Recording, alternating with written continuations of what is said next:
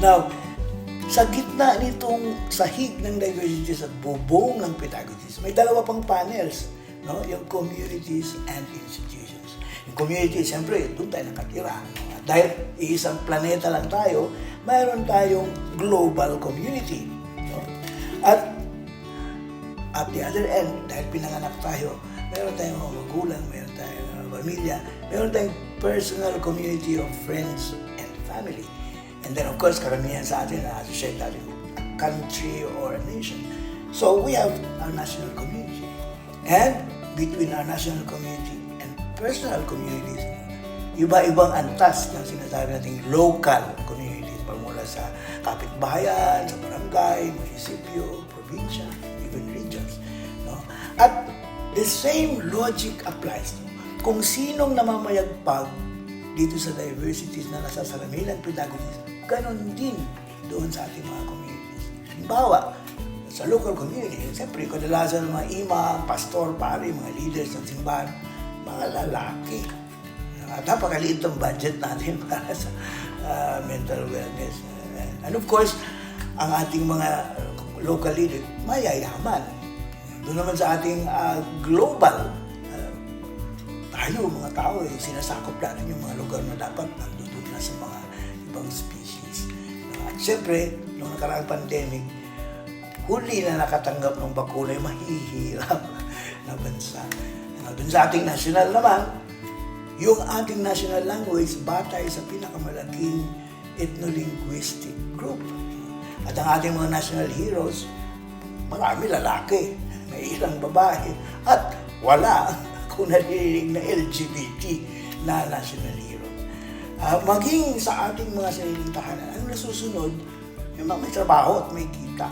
At hindi pwedeng sumabat ang mga bata sa usapan ng matatanda.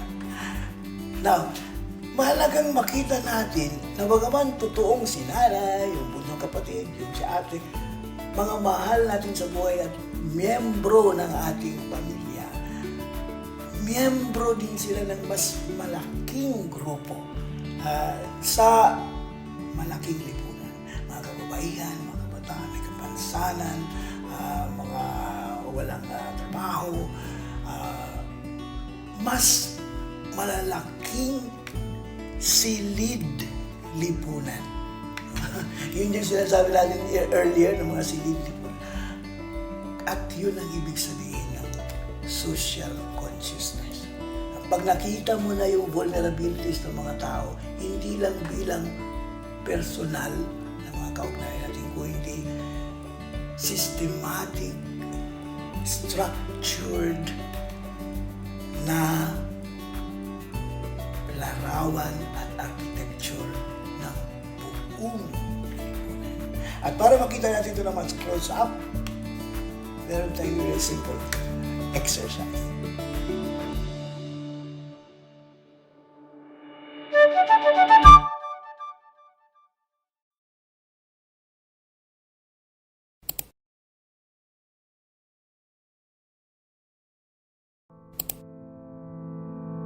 Mahalagang component ng peace education ang social awareness. Madalas natin ito marinig pero hindi gaano kalinaw kung ano bang ibig sabihin nito or paano ba natin masabi kung socially aware na ba tayo o hindi. Itong exercise na ito, ang Social Awareness Report Card, ay matutulungan tayo, hopefully, at mga estudyante natin na ma-develop yung pagiging socially aware natin. Halimbawa, mag-isip tayo ng mga malalapit na tao or hayop or karakter sa buhay natin. Yung kapatid kong si Cheche, ilalagay ko yung pangalan niya dun sa box sa itaas. Susuriin ko ngayon kung saang vulnerableng grupo ba siya nabibilang. Siya'y isang babae, check sa kababaihan. Siya'y magaling mag-drawing, nakatapos naman siya ng pag-aaral ng kanyang bachelor's, at may trabaho naman siya, pero 2 taon na siya, hindi pa rin siya regular. So, undervalued skills, tsaka underemployed. Yun! Kapag nakita na natin yung mga nakakasalamuhan natin sa buhay, kung saan sila kabilang na vulnerableng grupo ng lipunan, yun ang ibig sabihin ng social awareness.